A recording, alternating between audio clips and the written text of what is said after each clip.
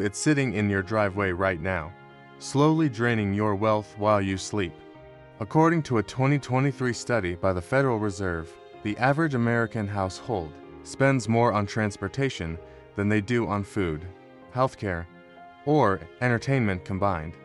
And here's the shocking part: most of this spending in on getting from point A to point B, it's on paying interest, absorbing depreciation, and funding a lifestyle that their bank account simply cannot support. I'm going to share something with you today that changed how I think about money entirely. This isn't just another video telling you to skip your morning coffee. This is about understanding a systematic wealth transfer that's happening right under your nose, and how the people who actually build wealth in America have figured out how to avoid it. In his groundbreaking book, The Millionaire Next Door, Dr. Thomas Stanley spent over 20 years studying self-made millionaires. One of his most surprising findings: the typical millionaire has never spent more than $35,000 on a vehicle, and most drive cars that are at least 2 years old. Meanwhile, people who appear wealthy but actually have negative net worth typically drive vehicles that cost 3 to 4 times that amount. So what's happening here? How are ordinary Americans finding themselves trapped in car payments that would have seemed absurd just 2 decades ago? And more importantly, what does the research actually tell us about the true cost of this national obsession?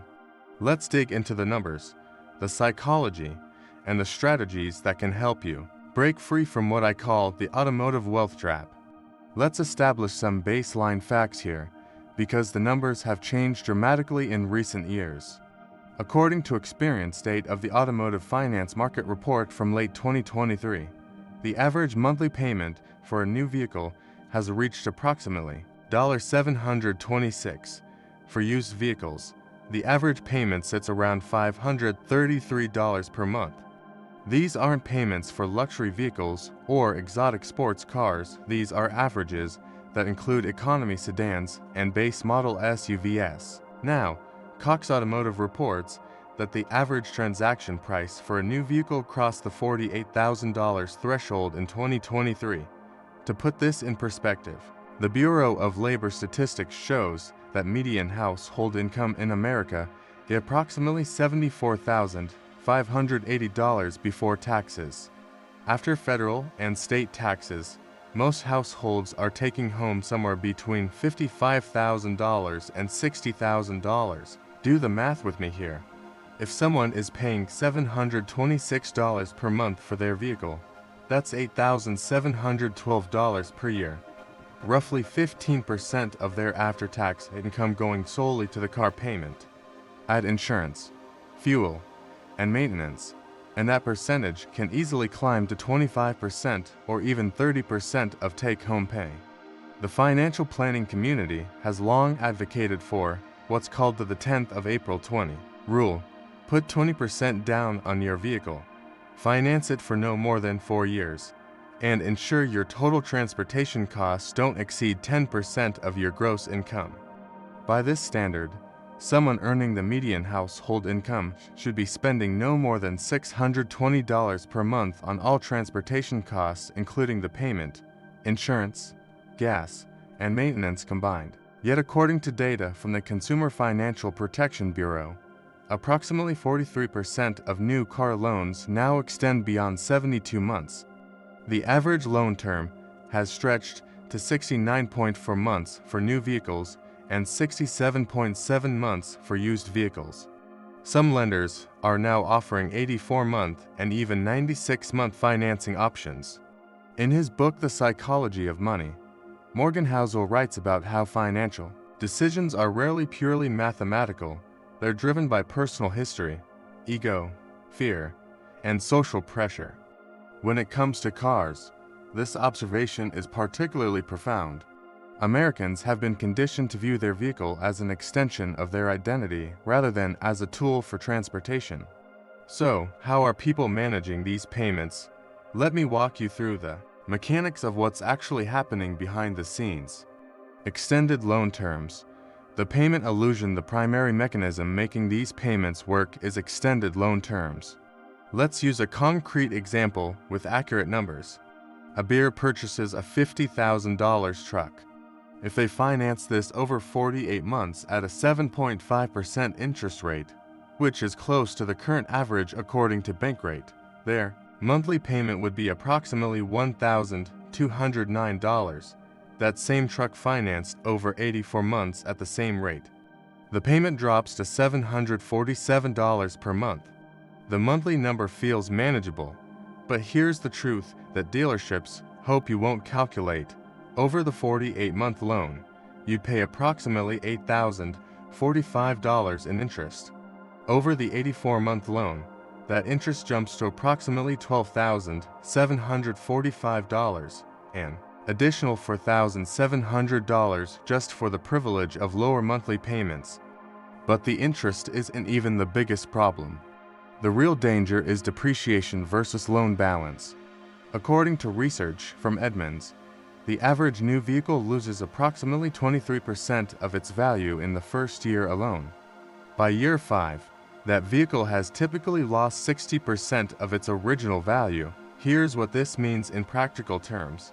That $50,000 truck financed over 84 months will be worth approximately $20,000 by year 5, but the remaining loan balance will still be around $25,000.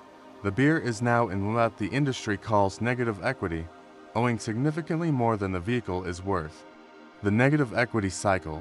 This negative equity creates a vicious cycle that's become incredibly common in American auto financing. Data from Edmunds shows that approximately 25% of trade-ins now involve negative equity, with the average amount of negative equity rolled into new loans reaching $6,458 in 2023.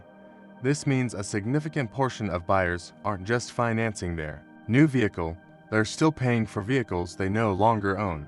In Your Money or Your Life, Vicki Robin introduces the concept of calculating the true hourly wage of your work after accounting for all work-related expenses. When she and co-author Joe Domings applied this analysis to transportation, they found that for many Americans, their car was consuming the equivalent of an entire day's wages every week. Consider someone earning $25 per hour who takes on a $750 monthly car payment with $300 in insurance, $400 in fuel, and $100 in average monthly maintenance. That's $1,550 per month, or approximately $360 per week. At $25 per hour, they're working more than 14 hours every week just to cover their vehicle expenses, nearly to full workdays. The 0% financing myth. Let me address something that confuses many buyers. Those enticing 0% APR offers you see advertised everywhere. According to research published in the Journal of Consumer Finance, promotional 0% financing offers typically come with two catches that most consumers don't fully appreciate. First, buyers who choose 0% financing almost always forfeit manufacturer rebates that can range from $2,000 to $7,000 depending on the vehicle. A 2022 study found that in 73% of cases, buyers would have paid less overall by taking the rebate and financing at market rates. Second, qualification requirements for 0% financing are stringent. Typically, you need a credit score above 720, sometimes above 750, and you must agree to shorter loan terms of 36 to 48 months. The irony is that buyers who qualify for these programs generally have the financial stability to pay cash or use other investment strategies that might yield better returns. As financial author Ramit Sethi explains in I Will Teach You to Be Rich, understanding the true cost of any financial product requires looking beyond the headline number. The sticker price, monthly payment, and APR are all just inputs into a larger equation that most people never bother to solve completely. Let's move beyond the car payment itself and talk about what researchers call the total cost of ownership, because the payment is really just the beginning. Insurance costs. According to Bankrate's annual insurance survey, the average annual cost to insure a vehicle in the United States reached $2,014 in 2023, which works out to approximately $168 per month. However, this average includes everyone from a 65-year-old driving a paid-off Honda Civic to a 22-year-old financing a new sports car. For newer, more expensive vehicles, insurance costs scale significantly. A study by Insure.com found that full coverage insurance on a pickup truck averaging $55,000 typically costs between $2,400 and $3,600 annually, depending on the driver's location and history. That's $200 to $300 per month that must be added to the car payment when calculating true affordability. Furthermore, financing companies require comprehensive and collision coverage for the duration of the loan. You literally cannot choose to carry only liability coverage while still making payments. This locks buyers into premium insurance costs for the full 6 to 7 years of their extended loan terms. Depreciation, the invisible tax. In his book Stop Acting Rich, Dr. Thomas Stanley devotes an entire chapter to what he calls the depreciation trap. His research found that the average American spends roughly $4,000 per year in vehicle depreciation. Money that simply vanishes into thin air. Let's quantify this for a typical purchase. A $50,000 vehicle will likely be worth approximately $38,500 after year 1, 23% depreciation, $31,000 after year 2, $26,000 after year 3, $22,000 after year 4, $20,000 after year 5. That's $30,000 in value that evaporated over 5 years. An average of $6,000 annually, or $500 per month. This depreciation cost exceeds what many people spend on their actual car payment when driving older, more economical vehicles. Fuel and maintenance. The U.S. Department of Energy reports that the average vehicle driven 12,000 miles annually consumes approximately 500 gallons of fuel. At an average gas price of $3.50 per gallon, that's $1,750 per year, or about $146 per month. However, larger trucks and SUVs, which now account for over 80% of new vehicle sales according to Kelley Blue Book, consume significantly more.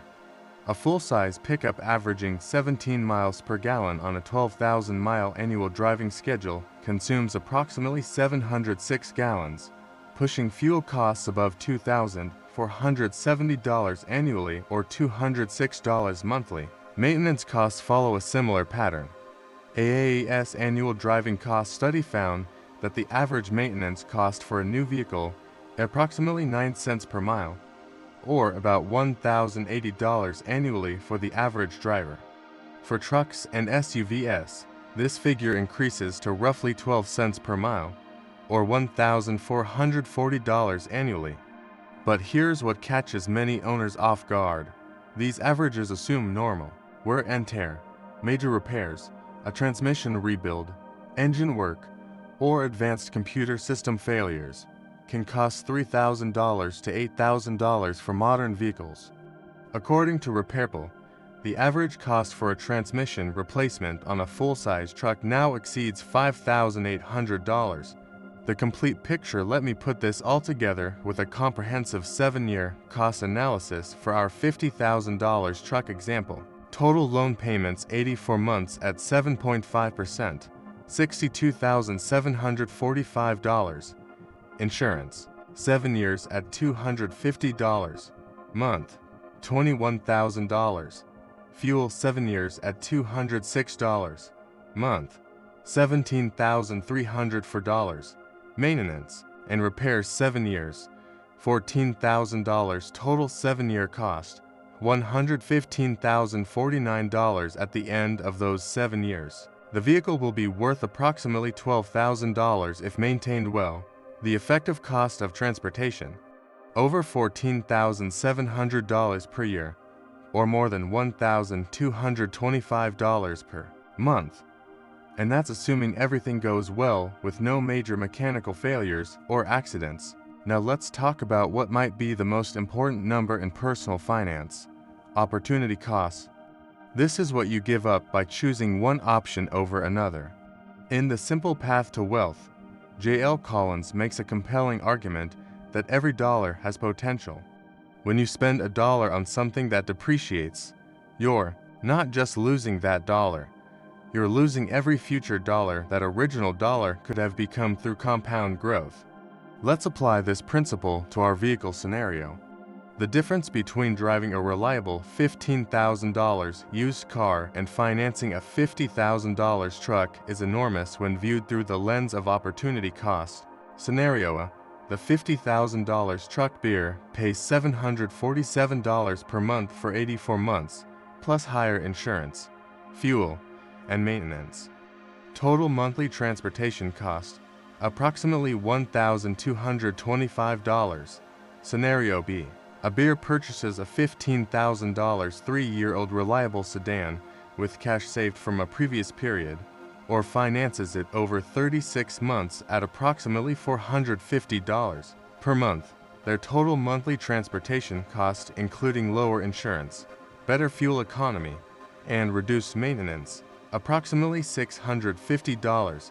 The monthly difference is $575. If that $575 monthly difference were invested in a low-cost S&P 500 index fund averaging 10% annual returns, which is the historical average according to NYU Stern data going back to 1928, here's what would accumulate. After 7 years, approximately $70,000. After 10 years, approximately $117,000. After 20 years, approximately $434,000. After 30 years, approximately $1,244,000. Read that last number again. The difference between a practical car choice and an expensive one, invested consistently over a 30-year working career, is worth over $1 million. This is why Dr. Stanley found such a stark difference between actual millionaires and those who merely appear wealthy. In The Millionaire Next Door, he reports that the typical millionaire's most recent car costs $31,400, and most could have afforded to pay cash for a vehicle 5 times more expensive. As Stanley writes, many people who live in expensive homes and drive luxury cars do not actually have much wealth. Many people who have a great deal of wealth do not even live in upscale neighborhoods. The behavioral finance research supports this observation. A 2019 study published in the Journal of Financial Planning found that households with above-average vehicle spending relative to their income had average net worth 30% lower than income-matched peers who spend conservatively on transportation. Understanding why we make poor vehicle decisions is crucial to making better ones. The psychology at work here has been studied extensively. In Thinking, Fast and Slow, Nobel laureate Daniel Kahneman explains how humans routinely make financial decisions based on emotional shortcuts rather than rational analysis. When it comes to cars, several cognitive biases work against us. Present bias: we dramatically overvalue immediate gratification compared to future benefits.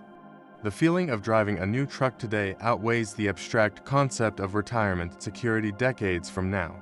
Social comparison: we benchmark our consumption against our peers, neighbors, and colleagues rather than against our actual financial circumstances.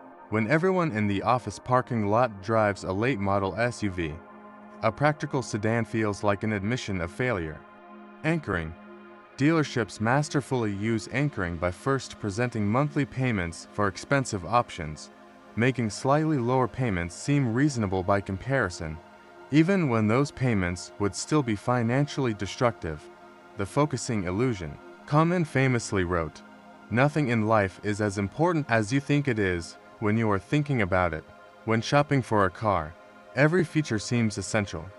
6 months later, you barely notice most of them. Breaking the cycle. So how do you escape this trap? Here are evidence-based strategies drawn from financial research and behavioral economics. Strategy 1. Calculate your true transportation budget. Use the 10th of April 20 rule as a starting point. If your household earns $75,000 annually, Your total transportation spending should not exceed $625 per month, including the payment, insurance, fuel, and maintenance. Work backward from this number to determine what vehicle you can actually afford. Strategy 2. Buy reliable used vehicles. Consumer Reports maintains reliability ratings going back decades. Vehicles like the Toyota Camry, Honda Accord, Lexus S, and Toyota Highlander consistently demonstrate exceptional long-term reliability. A 3 to 4-year-old version of these vehicles typically costs 35 to 40% less than new, while offering 80% plus of the functional lifespan remaining. Strategy 3.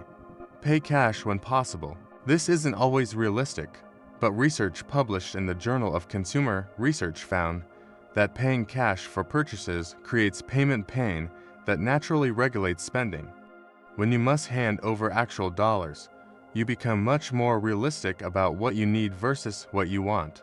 Strategy 4. Implement a 30-day waiting period. Before any vehicle purchase over $10,000, commit to waiting 30 days while researching alternatives. Behavioral economists have found that purchase enthusiasm typically peaks at the point of sale and declines rapidly afterward. Waiting allows more rational thinking to prevail. Strategy 5. Calculate the retirement cost before purchasing. Calculate how much that vehicle spending difference would be worth at age 65 if invested instead. When someone realizes that the gap between a $50,000 truck and a $20,000 sedan could be worth $300,000 plus at retirement, the decision calculus changes dramatically. Here's the truth that the automotive industry spends billions of dollars trying to obscure. Your car is not an investment. It is not a reflection of your worth as a person. It is not a measure of your success. Your car is a tool. It moves you from one place to another. When that tool consumes 25 to 30% of your income and prevents you from building actual wealth, it has failed at its purpose regardless of how impressive it looks. The research is clear. The mathematics are undeniable. The people who build lasting wealth in America, genuine wealth, not the appearance of wealth, approach vehicle purchasing with rationality rather than emotion. As Thomas Stanley concluded after decades of studying millionaires, if your goal is to become financially secure, you'll likely attain it. But if your motive is to make money, to spend money on the good life, you're never going to make it. The next time you feel the pull toward that shiny new truck or SUV, remember what you're actually trading. Not just money, but time, freedom, and the compounding potential of every dollar you hand over to the dealership. That reliable used car in your driveway isn't a sign of failure. It's a sign of financial intelligence. And 20 years from now, when you're enjoying a comfortable retirement while others are still making car payments, you'll understand exactly what that intelligence was worth. If this video changed how you think about vehicle purchases, consider subscribing for more evidence-based financial education. And if you're currently trapped in an expensive car payment, remember, the best time to make a change was before you signed that loan. The second best time is today.